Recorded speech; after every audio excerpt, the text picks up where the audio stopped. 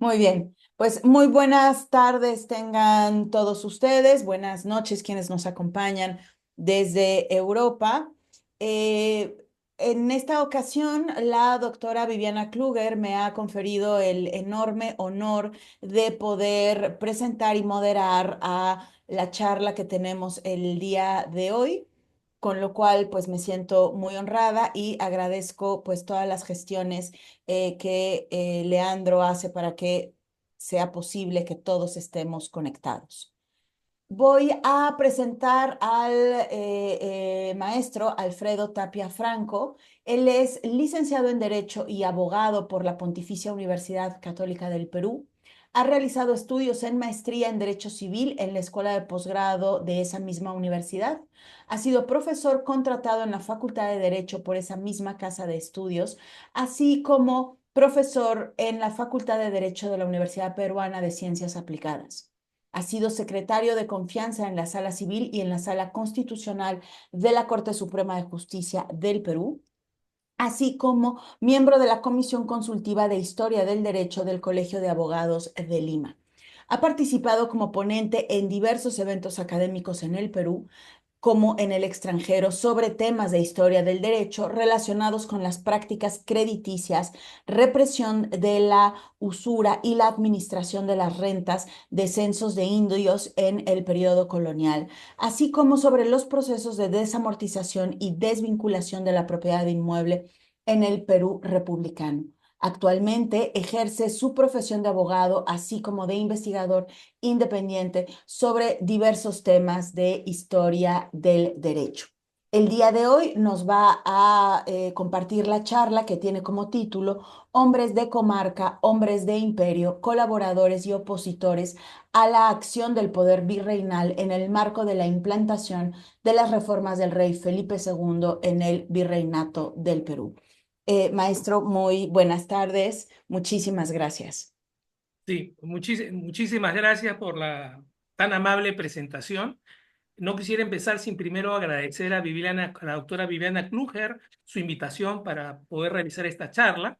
Agradecerle también al director del INIE, al doctor Ezequiel Abásolo, y también a todos los otros miembros y colaboradores de este prestigioso instituto que han convertido esta práctica continua de charlas en un foro idóneo para el intercambio y divulgación de ideas. Esperemos también que ahora de un poco de discusión. Sin más preámbulo, quisiera precisar que mi ponencia está dirigida no de un carácter general, sino para conocer lo relacionado con el conflicto suscitado en octubre de 1576 entre el virrey Francisco de Toledo con el oidor Juan Bautista Monzón, licenciado de la Real Audiencia de Lima, que culminó ese día con su aprisionamiento y luego su embarque al día siguiente fuera del Perú. Eh, Ese es el evento que voy a conversar, pero la razón por la cual traigo a colación y voy a usar los siguientes minutos es para explicar el contexto de ese conflicto llegó a un punto álgido, la confrontación política, es decir, entre dos poderes frente a la acción del otro, entre la Real Audiencia de Lima y el virrey Francisco de Toledo, precisamente poco tiempo después que él regresara de terminar su periplo por el territorio del Perú, del virreinato, de su visita general que había iniciado 5 años antes. Y la razón y el interés para tratar sobre ese conflicto es relacionar ese contexto de conflicto para conocer sobre la creación de un nuevo cargo en el virreinato peruano que dio origen a la administración virreinal centralizada de los censos de indios.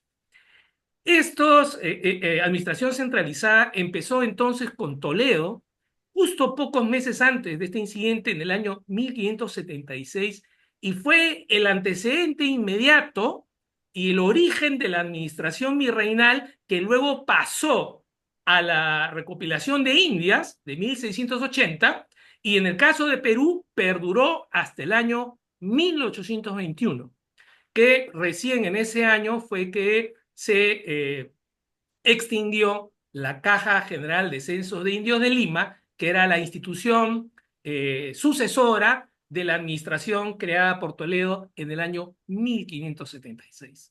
Les he dado este excurso para que entiendan que estamos en un momento preciso de la historia del Perú en el cual se crea el embrión de una institución que luego finalmente duró más de 200 años y que fue tan importante, o por lo menos fue interesada por la administración metropolitana, que teniendo su origen en una medida del virreinato peruano, luego fue extendido o intentado extenderse al resto de las posesiones españolas en América y Filipinas. Entonces, veamos entonces cómo se genera esta modificación en el marco, en las organizaciones institucionales del virreinato peruano, en un momento crítico para conocer el nacimiento de una institución que luego perduró por más de 200 años. Eso es la relevancia de tocar este incidente. El título de la ponencia habla sobre hombres de comarca y hombres de imperio. No hay una verdadera definición de comarca, pero comarca hace relación a un sitio en el cual todos los que viven bajo el mismo ámbito territorial relativamente pequeño. Básicamente una ciudad con sus territorios circundantes. O puede ser un grupo de una ciudad con sus aldeas y pueblos alrededor. A eso se le conoce normalmente como la comarca. Entonces, ¿quiénes son los hombres de comarca en lo que les voy a contar? Bueno, el debate o la razón por la cual el virrey Toledo en octubre del 76 decide desterrar a uno de los oidores o más opositores a su labor no tiene nada que ver con los censos. Lo que tiene que ver es la estrategia política utilizada por Toledo para generar el contexto adecuado para tomar esta acción política. ¿En qué consistió? Hablando de los hombres de comarca, tenemos que hablar sobre la persona beneficiada con esta administración de los censos de indios, el bachiller Juan Martínez Rengifo, que hasta hace menos de 30 años no se le conocía mucho su existencia, ni sabían que había sido el primer administrador de censos de Lima.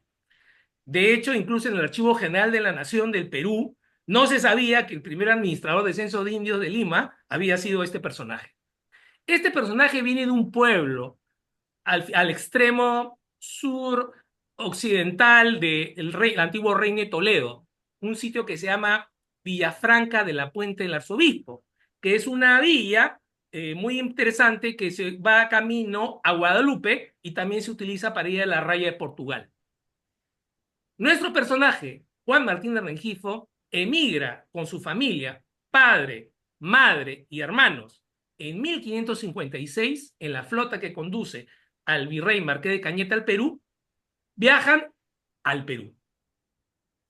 Y estando acá en Perú, para los argentinos, les adelanto que él es familiar de Diego González de Villarroel, el famoso fundador de Santiago del Estero, creo que es, o de Córdoba, y es pariente directo, es la prima, está casada es una prima de Rengifo, que está casada con Diego González Villarroel, y probablemente además está vinculado con los Aguirre, que son los conquistadores ¿cómo se llama?, de Chile. O sea, este personaje que estamos hablando está en el meollo de un círculo importante de gente que luego tiene un papel descollante tanto en Chile como en Argentina. Y no se le conoce, es un personaje más o menos oscuro.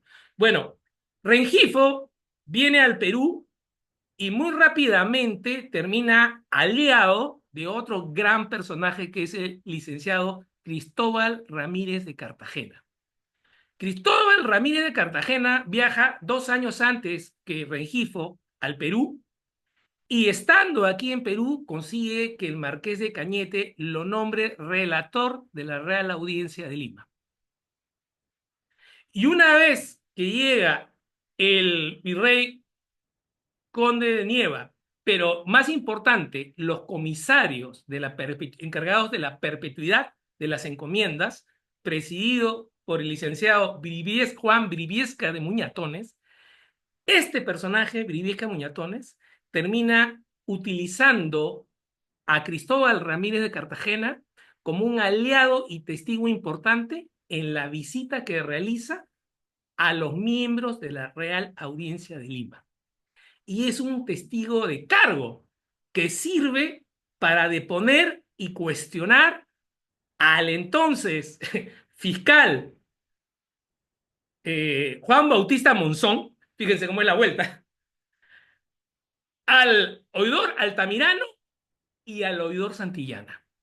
Esto está escrito por Sergio Angeli. Sergio Angeli ha tenido la habilidad y ha comenzado a hacer varios trabajos con los materiales de la audiencia, de la visita hecha a la audiencia de Lima por Briviesca Muñatones. Hay muchos datos importantes, pero lo cierto y concreto es de que al final Cristóbal Ramírez de Cartagena es denunciado por Altamirano por ser criado de Briviesca Muñatones y abandonar su cargo de relator para acompañar a Briviesca Muñatones a España. Cristóbal Ramírez de Cartagena deja a alguien, pide al virrey que le permita dejar a alguien encargado en su puesto de relator. ¿Y a quién deja? Al bachiller Juan Martínez Rengifo. Este personaje, luego, una vez que los efectos de la visita hecha por Briviesca causan el retiro de Bautista como fiscal de la Audiencia de Lima en 1568, es reemplazado en su cargo por Juan Martín de Rengifo. Es decir, Ramírez de Cartagena es el fautor, colaborador de Briviesca, que permite luego retirar a Bautista Monzón como fiscal. Y una vez que retiran a fiscal, ponen como fiscal ¿a quién? A Martín de Rengifo, que es colaborador de Ramírez de Cartagena. Y luego, cuando viene Toledo, en la misma flota viene nada más y nada menos que Ramírez de Cartagena, nombrado como ¿qué? Como fiscal de la Real Audiencia. Una vez que llega en 1569 a Perú, Ramírez de Cartagena asume el cargo de fiscal, deja de serlo Martín de Rengifo, y Martín de Rengifo se convierte en dos cosas. Uno, se casa con la hija de Cristóbal Ramírez de Cartagena y se convierte a continuación en uno de los visitadores nombrados por el virrey Toledo para participar en la visita general de Lima y de Huánuco. Dos sitios muy importantes.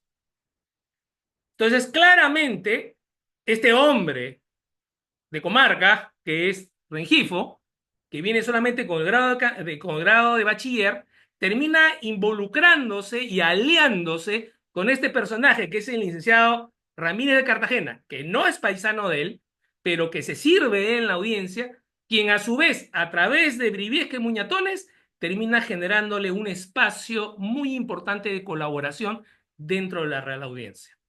Espacio que mantiene Martín de Rengifo hasta la llegada de su, no sé, patrón, asociado, no sé qué nombre ponerle, cliente, o sea, quién que era cliente de quién, probablemente Rengifo de Ramírez de Cartagena, y que sellan su alianza familiar con el matrimonio.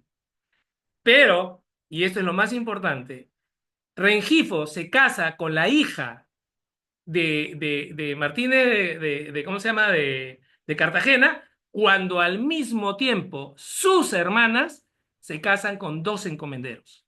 En otras palabras, Martínez Rengifo hace que sus hermanas se casen con encomenderos para luego a continuación él casarse con la hija de uno del fiscal de la Real Audiencia. Y esto es muy importante que lo tenga que decir ahora, por más que me voy a comer poco el tiempo, y es de que la hermana de Rengifo se casa con encomendero precisamente porque Diego de Sosa, que es este cuñado, se vuelve encomendero por ser uno de los únicos tres agraciados por Toledo para recibir una encomienda y pensión dentro del primer año que se hizo virrey. He tenido la oportunidad de encontrar un documento donde se relata todos los cargos que dio Toledo en los primeros 3 años de gobierno. Y ahí claramente se nota que en el primer año que llegó en 1569 hasta que se fue en octubre de Lima del año siguiente, no dio encomiendas a nadie. Solo la última semana dio tres. Una de ellas fue precisamente para la persona que luego se convertiría en cuñado Rengifo. Claramente, entonces se le dio el puesto para que luego lo tomara, se casara con Rengifo y Rengifo terminara emparentado con el fiscal de la Real Audiencia y al mismo tiempo siendo familiar de encomenderos, y a él lo nombran visitador de los encomenderos. Perfecto. Ok. En este escenario de alianza es donde la historiografía moderna, bueno, desde Roberto de Levillier en adelante, se sostiene que uno de los más grandes detractores u opositores de Toledo era precisamente el fiscal Ramírez de Cartagena. Entonces, les acabo de narrar cómo se nota la alianza de Ramírez de Cartagena con Rengifo, y sin embargo, a pesar de que lo están beneficiando, víame estas mercedes, parece que eso no es suficiente para que Ramírez de Cartagena desee oponerse. ¿En qué consistía la oposición? Básicamente, para no entrar en mayores detalles, la queja mayor era de que la audiencia de Lima estaba concediendo el recurso de apelación contra todas las decisiones que eran cuestionadas durante la realización de la visita por Toledo. Entonces los visitadores tomaban algunas medidas y los encomenderos no estaban de acuerdo y iban en apelación a la Real Audiencia. Toledo les exigió que no lo hicieran porque era un asunto de gobierno. ¿Qué hizo la Real Audiencia? Al principio le hizo algo de caso y a continuación comenzó a tomar las apelaciones que le venían. Con lo cual estaba en riesgo, ¿qué cosa? Los resultados de la visita general. Una vez que Toledo pasa 5 años por todo el Perú haciendo lo que se llama el gobierno itinerante, así lo menciona el profesor Merluzzi, llega a Lima de regreso y lo primero que hace es tratar de nombrar a tres secretarios. Quiere nombrar a un escribano de Minas, quiere nombrar a un escribano de gobierno y quiere nombrar al escribano del Cabildo de Lima. Ni siquiera había bajado del barco del Callao, manda la resolución desde el puerto de Callao. La audiencia no lo acepta. El Cabildo no acepta que le cambien de escribano, la Real Audiencia no acepta el escribano de Minas y el único que se queda es el escribano de Gobernación porque ya tenía su propia cuota de poder. En ese contexto, ya se podrán imaginar, de falta de colaboración entre estos, los dos órganos supremos, Toledo, en el año 1575, en octubre, todavía no sabía que Juan de Obando ya había muerto en septiembre. Y su pedido de ser retirado como virrey no se cumplió. Entonces, ante la expectativa de él de tener un horizonte incierto de mayor permanencia en el virreinato, decide tomar una medida radical para romper o acabar o aminorar, como quieran llamarlos, la oposición que había en la audiencia. Así es que 5 meses después que llegó a Lima, hizo una magnífica jugada de ajedrez. Le dio a Martínez Rengifo dos cargos. Lo nombró cobrador de los censos de indios de todo el distrito de Lima y 8 días después, o 10 días después, lo nombró un cargo que no existía, al igual que el anterior. Lo nombró administrador general de los bienes de comunidad y de las personas de los indios de la Audiencia de Lima y su protector general. ¿Qué importancia hay en esto? Al crear estos dos cargos, puso a Rengifo en directo control de los bienes de comunidad de indios del distrito de Lima, sin pasar por el control de la Real Audiencia y sin tener que pasar ni ser juramentado ante el Cabildo de Lima, siendo, a pesar de ser un cargo de república, al igual que los corregidores que antes tenían que ser juramentados ante el Cabildo, él fue relevado del juramento ante el Cabildo y el virrey le tomó el juramento. O sea, si eso no revela qué nivel de conflicto había en ese momento, no sé qué podría ser.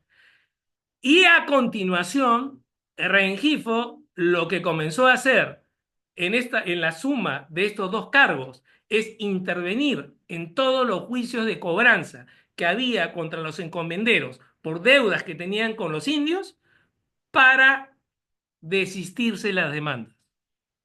¿Sí? Como lo escuchan, se presentó en 3 juicios y en cada uno de los juicios hizo que ese juicio no correspondía porque él era encargado de cobrar y no la persona, y que él estaba encargado de la cobranza y no quería hacer el juicio, y los juicios se acabaron. O sea, su primera misión, que era cobrar lo que le debían a las comunidades en los procesos ya iniciados por el defensor de los indios, que era el licenciado Lucio, fue entrar a cada uno de esos 3 juicios para desistirse y ponerles fin. No tengo ninguna prueba ni las cuentas que permitan saber si finalmente Rengifo en algún momento le cobró un centavo a alguno de los encomenderos que le debían a los indios por censos, ni a cualquier otra persona. Las cuentas todavía no han sido halladas. Y además, al final de su ejercicio, lo acusaron a Rengifo de no haber cobrado nada. Ok, lo cierto y concreto es de que a Rengifo le dan este cargo, pero lo importante no era solamente que rendía cuenta solamente a la persona del virrey, sino que además terminó teniendo el privilegio de algo que la historiografía ha pasado por alto. Toledo constituyó un cuerpo permanente de asesores encargados de asuntos de indios. He encontrado la declaración testimonial de Rengifo junto con otros 3 funcionarios diciendo que se reunían 2 veces por semana para despachar todos los asuntos del gobierno, es decir, también de censos, que eran sometidos al virrey. En otras palabras, Rengifo no solamente le dieron un cargo que podría ser potencialmente lucrativo. Luego, finalmente, ya se imaginarán que sí, porque tomó tierras a través de un testaferro y se quedó con las tierras de los indios. Bueno, esa es otra historia. Pero sino que lo puso en lo que se llama, en sentido casi peyorativo, en el cogollo de la administración colonial, porque formó parte del cuerpo más íntimo de asesoría al virrey Toledo en todo lo que tenía que ver con los asuntos indígenas. ¿Y qué era lo más importante en ese momento? Era los resultados de la visita general, la aprobación de las tasas y la aprobación de la mitad. Nada más y nada menos que la nueva estructura creada por Toledo. ¿Y quién estaba en el cuerpo de asesores? Rengifo. Esa llave de acceso, ese que es mayor incluso que el de la Real Audiencia, finalmente hizo que cuando Toledo finalmente decidió en un solo día llevarse al licenciado Monzón de su casa, meterlo preso, llevarlo al Callao en la noche y al día siguiente embarcarlo, no generó gran conmoción ni una respuesta completamente enérgica ni de protesta elevada de la Real Audiencia. De hecho, hubo comunicaciones anteriores firmadas por Ramírez de Cartagena sindicando a Monzón como siendo uno de los más grandes opositores de la acción del virrey.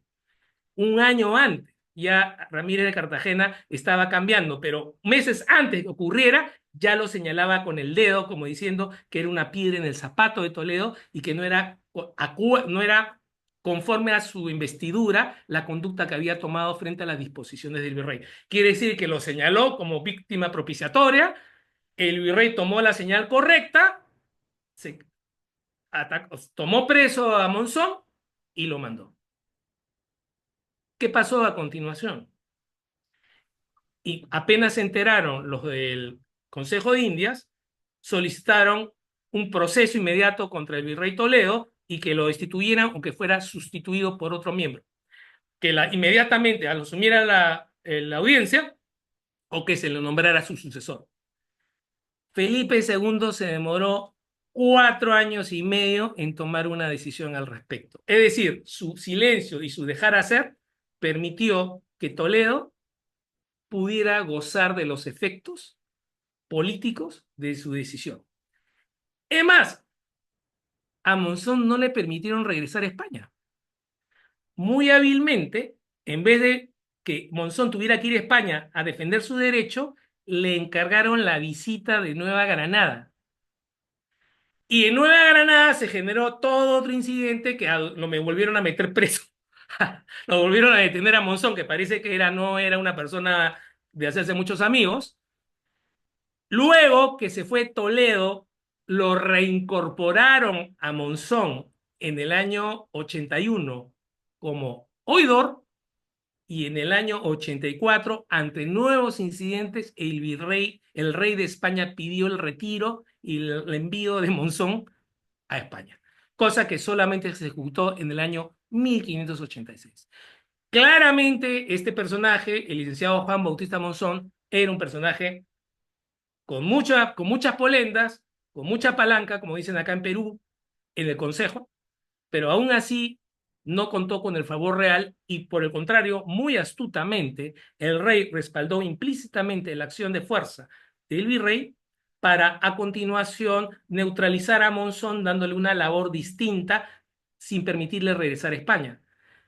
Todo el tiempo que estuvo Monzón en Nueva Granada, estuvo recibiendo su sueldo de oidor de Lima. O sea, técnicamente nunca dejó de ser oidor de Lima, es decir, no le dieron ninguna validez jurídica al acto de Toledo, pero al mismo tiempo no le permitieron regresar ni hacer valer sus derechos a España a Monzón.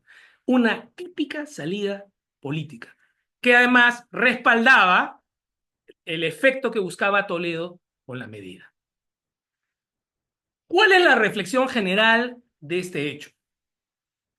Hace poco, bueno, no hace poco, hace ya más de un año, Adrián Masters ha publicado un libro en la cual ha referido cómo en realidad la conducta normativa de las autoridades metropolitanas castellanas en realidad eran un efecto o reacción de peticiones que venía de parte de América, y que, siendo una administración casuística, que según cada uno le pedía hacía algo, en el fondo, puntos importantes de política general finalmente eran adoptados tomando en cuenta una serie de peticiones que habían venido desde América.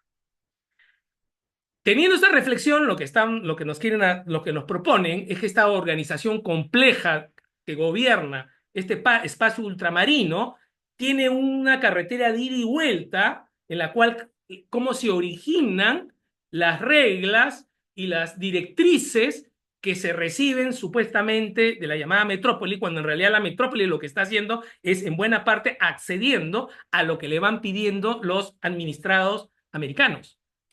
Bueno, acá lo que estamos viendo es cómo el máximo representante de la corona castellana en Perú, que es el virrey, toma una acción política para garantizar las políticas que venían de la metrópoli aprobadas por la Junta Magna de 1568, de reducción general, visita general, mita minera y la fijación del tributo.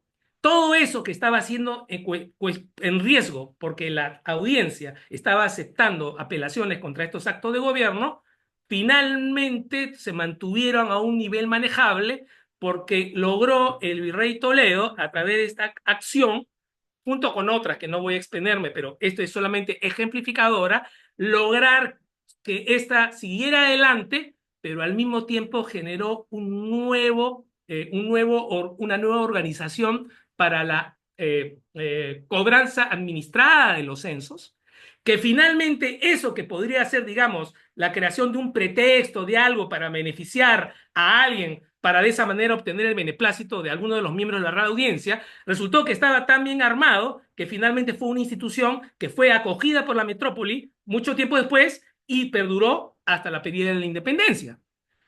¿Qué nos dice entonces?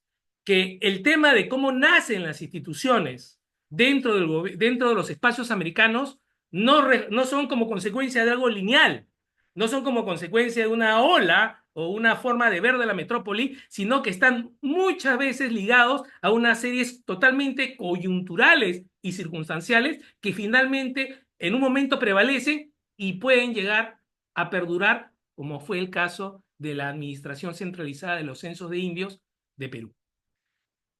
Quisiera dejarlo aquí y ponerme a disposición de los que así lo deseen formular alguna pregunta o comentario y les agradezco mucho la atención.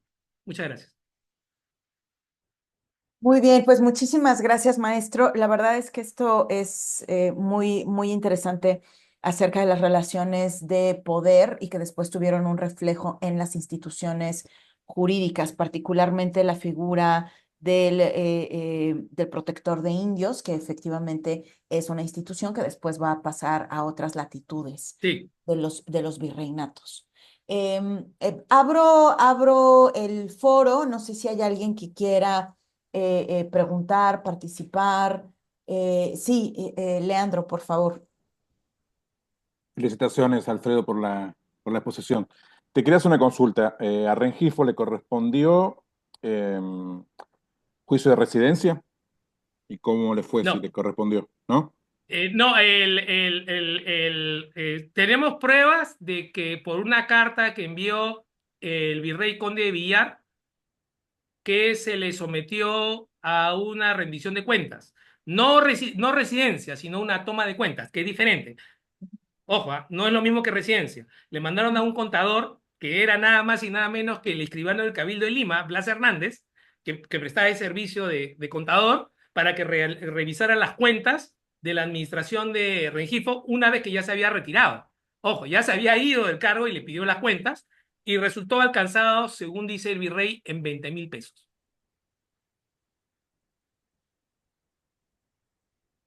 Muchas gracias, Alfredo. No, no, ¿de qué? Muy bien, Alfredo, creo, no sé, y te pediría que me lo confirmaras, esta visita es la única, bueno, de la visita de la cual hablas, es la única visita toledana de la cual tenemos completa, ¿no? O sea, que podemos consultar completo el proceso, ¿cierto?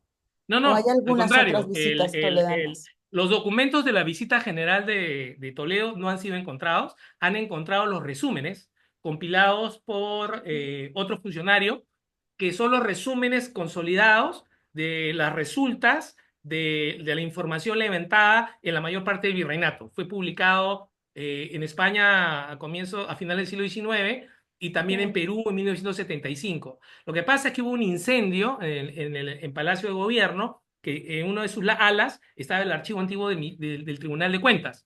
Ahí es donde se aguardaba la visita de Toledo.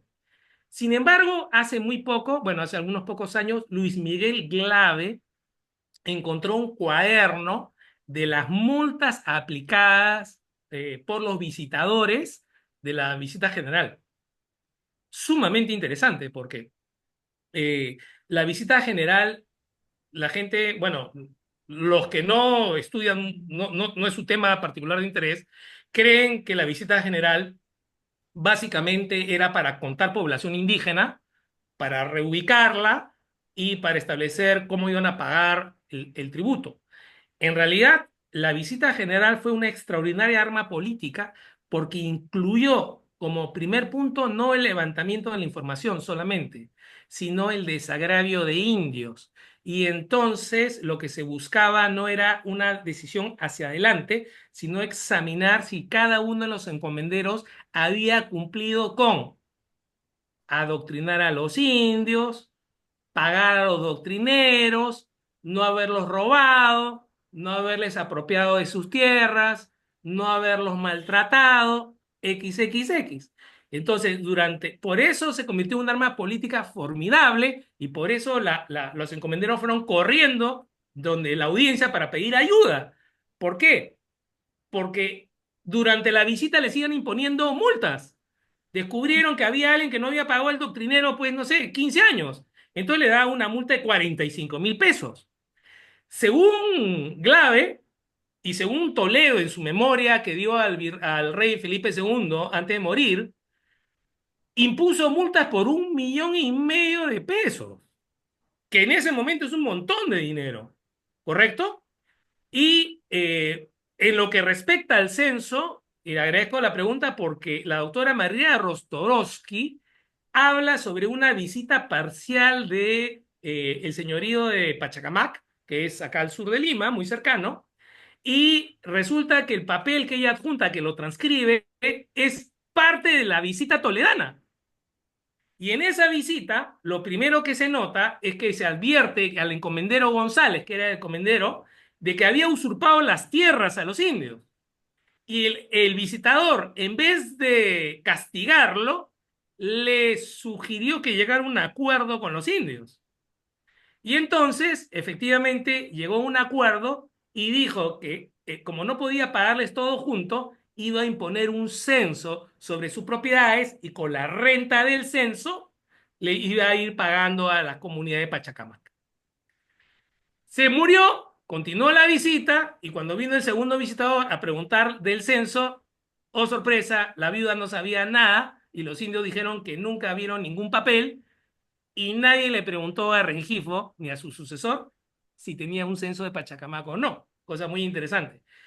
El punto es que la visita general se convirtió en una formidable arma política para presionar y ajustar cuentas con los encomenderos respecto a su conducta contra los indios. Y por eso, y no hay que subestimarlo, Toledo ganó un gran consenso entre ciertos grupos indígenas, porque por primera vez se practicaba que lo que decía el visitador se ejecutaba a pesar de cualquier apelación, porque eso fue la orden de Toledo. Una vez que el visitador daba la orden, se ejecutaba, no obstante cualquier reclamación o suplicación. Entonces, eso explica también todo lo que se movió con la visita general. No solamente se reestructuró, sino que en teoría se saldaron cuentas entre los encomenderos y sus indios.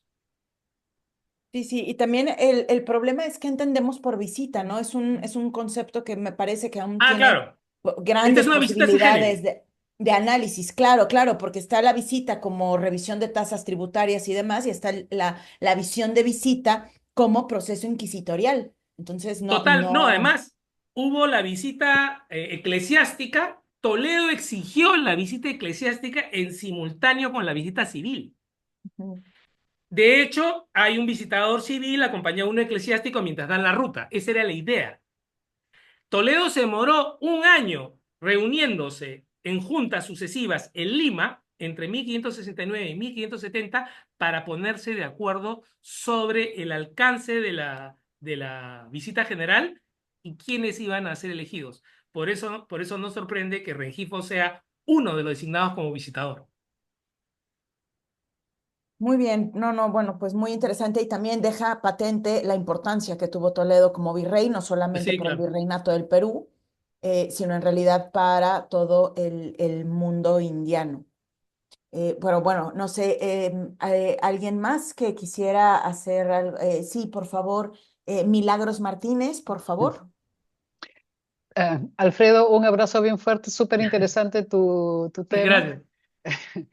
Bueno, creo que tú todavía te acuerdas, hace 30 años yo me dedicaba también a temas coloniales indígenas. La vida me llevó por otros lados, pero lo que sí recuerdo es, trabajando justamente temas de comunidades indígenas, la importancia que tuvo la visita de Toledo, incluso ya para el siglo XVIII, en términos legales. Es decir, no solo va a tener una fuerza política la visita que hizo Toledo, sino que siglos después va a seguir siendo la base para procesos jurídicos en Sí, cuestión de títulos legales de la comunidades, comunidad, sí. ¿no? Entonces, resulta interesante ver los alcances a los que se llega y la manera en que logró hacerlo. Ahora, tú acabas de mencionar, y eso yo no lo sabía, que había habido la visita por parte de él y de un religioso. ¿No habrá por algún lado una copia de esta, ¿no? Sería lo sensacional, ¿no? No, Encontrar la copia. el sueño dorado, mira, los doctores Nojovic y la doctora Salle encontraron copia o traslado de parte de la visita toledana original, o sea, los papeles Ujú. de la visita general de una zona de, ¿cómo se llama?, del Alto Perú, ¿no? Y esa la publicaron. Y cuando uno ve la riqueza de detalle que tiene la visita, uno no puede sino dejar de lamentar y hasta llorar cómo es que el material y la información contenida de esa visita se haya perdido. Mm. Y se haya perdido. Eh, es increíble porque el Toledo amplió 3 veces las preguntas del cuestionario y al final tuvieron 215 preguntas. Fue increíble y era agotador, y tenía un nivel de acuciosidad, además, porque incluía las preguntas sobre los antepasados, cómo eran designados, cuáles eran las reglas, o cosas que se venía haciendo desde la década del 50, pero se volvió a retomar de manera sistemática, además dentro de la concepción que ellos tenían de que los incas eran tiranos, entonces los curacas eran, digamos, los señores naturales. Y Toledo, y con esto acabo, ni siquiera les reconoció que eran los señores naturales, porque dijeron que los incas, que eran unos tiranos, a su vez habían nombrado a dedo a cada uno de los curacas. En consecuencia, esos curacas tampoco eran señores naturales ni legítimos interlocutores políticos con el rey de España. Y por eso Toledo además tiene autorización legal para dar nombramiento de curacas o caciques, como le dicen en México. Así que a partir de Toledo, todos los virreyes incluyen dentro de sus eh, atribuciones que les dan las de nombrar curacas, bueno, caciques, ¿no? Eso es bien interesante. No sé por qué no le han dado tanta importancia, pero ese es un arma política importantísima para la administración, ¿cómo se llama? Colonial. Una última pregunta. ¿Cuáles son tus fuentes? ¡Wow! Ok, gracias a Juan Carlos Estensoro, desde el año 2015 pude acceder a la información del Archivo General de Indias, que está digitalizado en pares. Ahí me dediqué, básicamente son las fuentes que tengo, son las fuentes del Archivo General de Indias, y acá en Perú he usado muchísimo la Biblioteca Nacional, documentos originales, el Archivo General de la Nación, al cual concurrí más de 13 años, pero además, y esto es una cosa muy interesante que no podía dejar de decir, en Perú se conservan los libros de censos e hipotecas desde el número 1 hasta el último, desde 1570, no, desde 1582 hasta el año 1842. Solamente faltan 2 tomos. O sea, el Perú es uno de los pocos países de América Latina que conserva en su acervo casi todos los libros de censo de hipotecas de todo el periodo colonial y parte del republicano. De hecho, la ley peruana, el Código Civil 36, que es el anterior al nuestro, mantenía que los libros de censos coloniales son fuente de los títulos de propiedad de la gente. O sea, las partidas, las inscripciones que habían en los libros de censos coloniales dieron la orden que fueran trasladados al Registro de Propiedad Inmueble de Lima, que fue creado en el año 1889. Entonces, ya se podrán imaginar quién tiene los libros de censo, ¿no? Los tiene registros públicos, no los tiene el Archivo General de la Nación. Y es por eso que los historiadores no los han podido consultar, porque son ahora parte del acervo documental de registros públicos, son documentos públicos, no son parte del Archivo de la Nación, y en consecuencia para verlos tienes que pagar. Entonces, por cada página, pagas 6 soles. Entonces, quieres una copia, te cuesta 8.50. Entonces, anda tú a conseguir una orden para revisar un libro, ¿no? ¿Cuánto te cuesta? ¿No? Entonces, sí, sí, es una cosa de locos, ¿no? Yo estoy buscando a alguien que se interese para financiar, para microfilmar o digitalizar las imágenes del archivo, porque es absurdo que te cobre por un documento que es completamente histórico, ¿no? O sea, ¿quién va a pedir ahora título de propiedad en base al libro de censo de 1582? Esas cosas pasan acá en Perú, pues, ¿no? Bien, no sé, ¿alguien más tiene alguna otra intervención, otra pregunta? Pues no, pues muchísimas gracias, No te maestro preocupes. Alfredo. La verdad es que esto está muy apasionante, incluso como en sentido literario, porque esto habría que novelarlo, vamos. Una Eh, cosa adicional, sí, Adrián Masters hizo su libro sobre la base de un personaje que era Pedro Rengifo, Francisco Rengifo, el hijo mestizo de Francisco Rengifo, un encomendero, ¿ya? Rengifo. Ok. Junto con el virrey Toledo vino Íñigo Rengifo. ¿Quién era él? El hijo de Francisco. Pero era el hijo español, nacido en Castilla, que vino a reclamar su herencia del encomendero. No, no, bueno. Terminó siendo desterrado, su padre no lo reconoció, se quedó con su hijo mestizo y el chico fue desterrado por Toledo a pesar que era contador del conde de Oropesa, o sea, del hermano del virrey. Lo terminó deportando, lo mandó a Nueva Granada, donde terminó participando en un levantamiento contra el gobernador y ejecutado por traidor. Entonces, No, es una bueno, no, historia no, ya apasionante. aquí hay elementos para, no, para novela, vamos. No, ya le dije a Adrián, Adrián, tienes que hacerlo. Mira, tú tienes la historia del mestizo que finalmente va va al consejo y logra normas favorables a los mestizos. Y tienes al hijo castellano que entra a la misma época a pelearse con él y es repudiado y termina siendo traidor a la corona. Dos hermanos, mestizo y uno castellano, pero está perfecto para una novela. Claro, claro. Y además gana el mestizo. Claro, claro, el mestizo ahorita es famoso por Adrián, más bien al otro Eso es lo hay que raro, que gane el lanzarlo. mestizo. Lo normal es No, que es gane el buenísimo. otro. Y de verdad, Perdón.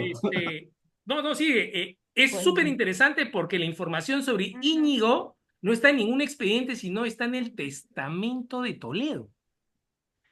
Toledo se arrepiente de la suerte que tuvo Íñigo porque era parte de su comitiva. O sea, ¿cómo habrá sido moralmente el virrey que se preocupó de narrar parte como un hecho lamentable en su vida, lo que le ocurrió a este individuo que era además contador de su hermano? Con lo cual nos hace sospechar que nuestro amigo Martínez Rengifo definitivamente está relacionado con la vía Oropesa, que queda creo que a 5 kilómetros de Villafranca, y entonces, y esa es una de las sedes ¿cómo se llama? Del condado, pues, de la cual era conde el hermano del virrey.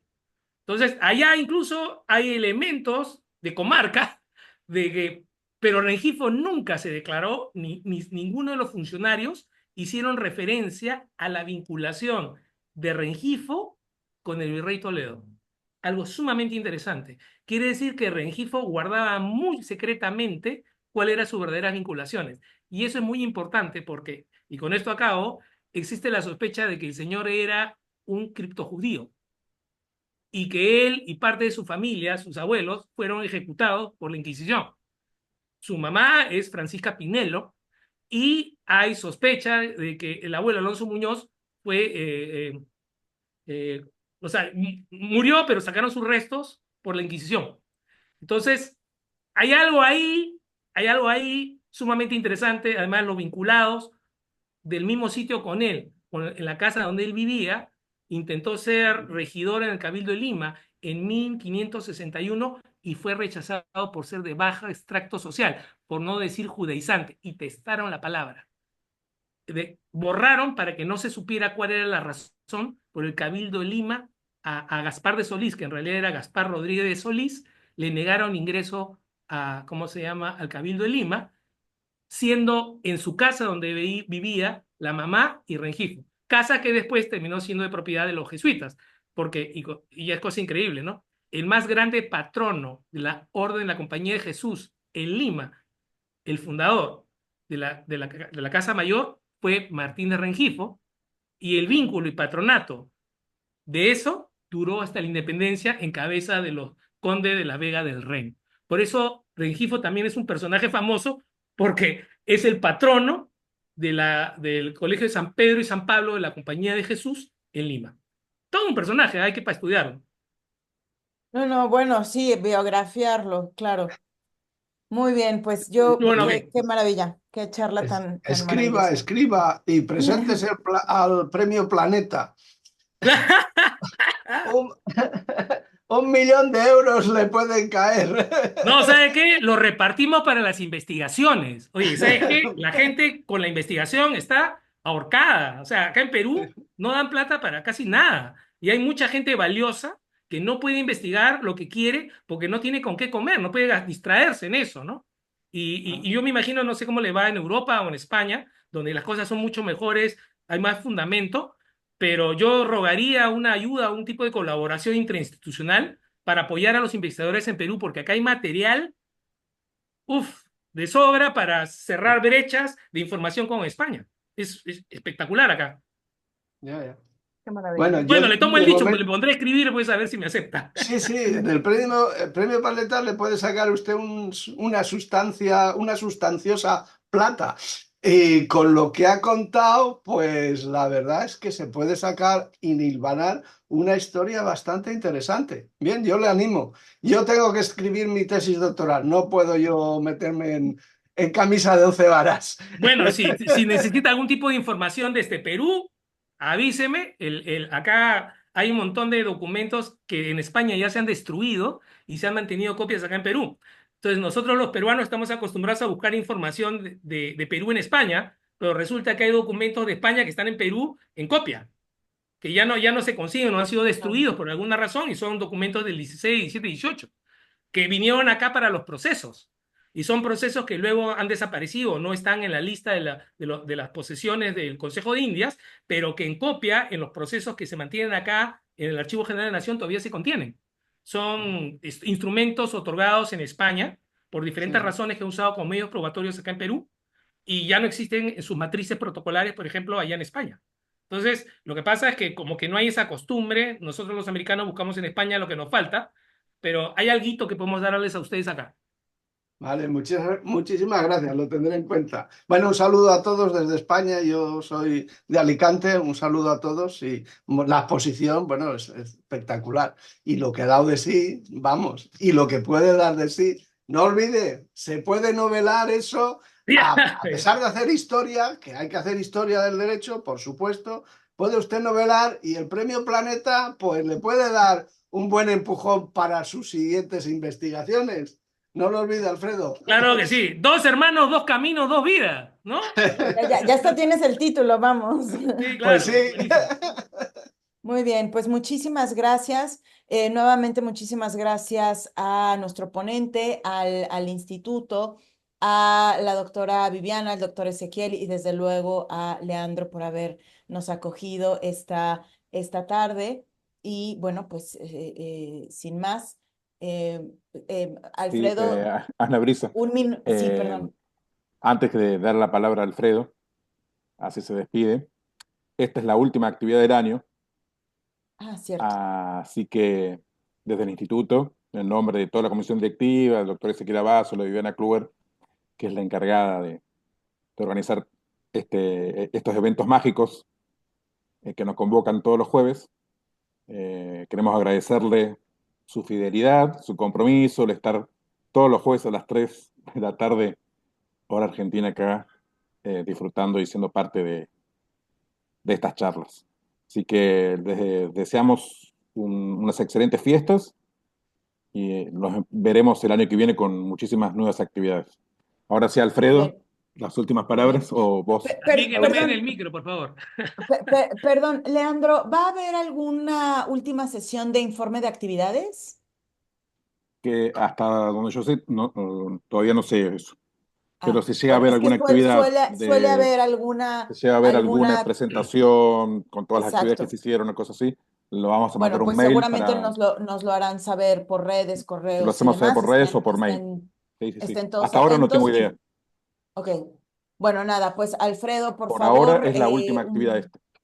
muy bien. Pues entonces te cedemos el micrófono un par de minutos para que puedas Sí. despedirte y cerrar. Bueno, muchísimas gracias por permitirme participar. Soy como dicen acá en Perú, el del estribo, lo último, el cierre. He podido participar en sesiones anteriores, muy diversificado, que es lo que importa acá, y tener otra oportunidad de colaborar con ustedes en la manera que se pueda y cuantas veces se pueda, porque la verdad que como ustedes saben, eh, eh, no quiero sonar triste, pero la verdad es de que en las actividades académicas, en los certámenes internacionales sobre historia del derecho, si bien siempre hay alguien o uno o dos de Perú que ven temas de historia del derecho, la verdad que sentimos que hay una baja representatividad de la investigación histórica jurídica que se hace en Perú, eh, a diferencia, por ejemplo, Chile, Argentina, obviamente España, no hablemos de Brasil, obviamente de los Estados Unidos no vamos a mencionar, pero parece que la historia del derecho del virreinato del Perú se hace más fuera que adentro.